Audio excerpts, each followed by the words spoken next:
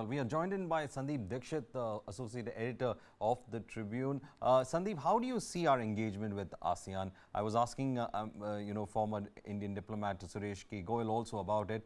We had an extensive discussion on this as well. And, how do you see that particular engagement with ASEAN? The Prime Minister has been given a great welcome by the diaspora in Indonesia. But I think in a post-COVID world, engaging with ASEAN has become quite critical, isn't it? Yeah, as an outsider who was not part of the system, I would say India has a big mountain to climb. You know, the image that you're seeing is not the only image. There was a US ASEAN also held, China ASEAN, Australia ASEAN, South Korea ASEAN. And in the post-COVID world, unfortunately, we have fallen one step behind. We are the only country which has not signed the RCEP with the ASEAN. So in that respect, I suppose there's a lot of catching up to do.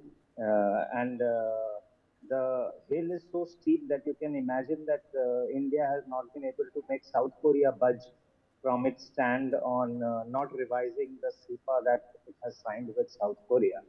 So with the entire ASEAN, with the China bogey hanging there, and with the fear of the other Asian tigers coming into India, it will be a very uphill thing because ASEAN, as you know, is primarily an economic bloc. Security comes later, and on security it is very divided. On economy is the only thing that holds all of them together, including the late four entrants, LCVM, Laos, Cambodia, Myanmar, and Vietnam.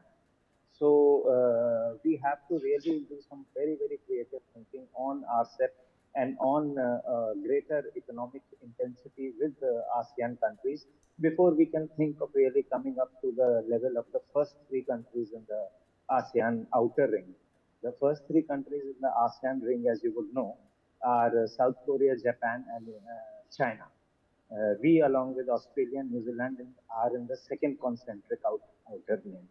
And now China is speaking of moving on to FTA 3.0 with ASEAN. So that is why very quick, very creative thinking will have to be done in the corridors of the Commerce Ministry and in the corridors of the South Bloc. Well, you're saying it's the Commerce Ministry and engagement is only economics when it comes to ASEAN. Cultural ties have also been there.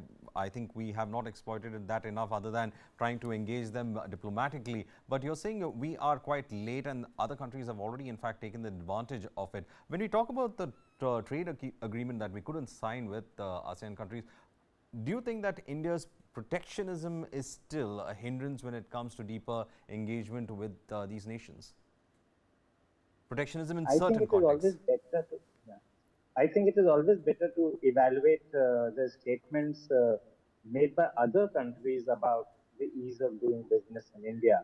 So, on the World Bank rankings, we have climbed a bit, but people still talk of very high tariffs.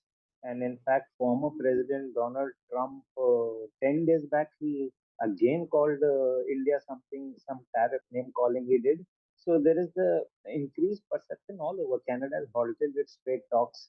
The free trade agreement with UK is going nowhere. UAE is the only functional and thriving free trade agreement, but we know what it is actually. Uh, Not a really full-fledged trade agreement with any major developing country so far. So there is definitely a lot of protectionism, and the Indian industry does a considerable bit of navel gazing instead of going outside and foraying into the world. Which PM Modi and Finance Minister Nirmala Sitharaman have repeatedly stated that, and they've asked the Indian industry to go out. And more than ever, this government at least is not shy of public hand-holding with Indian businesses. It is not shy of talking to major multinationals in US. PM has repeatedly held roundtables with major multinationals in US. But it is also up to the Indian industry to show some entrepreneurial spirit. In fact, on the other hand, in the past 4 years in the post-COVID world, what might have constrained the government's hand in signing the RCEP or signing more free trade agreements is the fact that investment from the private industry in India has been very low. It has always been government expenditure that has been keeping up the GDP growth rate and propping up the economy. economy and leading to a multiplier effect in the economy. So I would also talk about industry's role in this respect.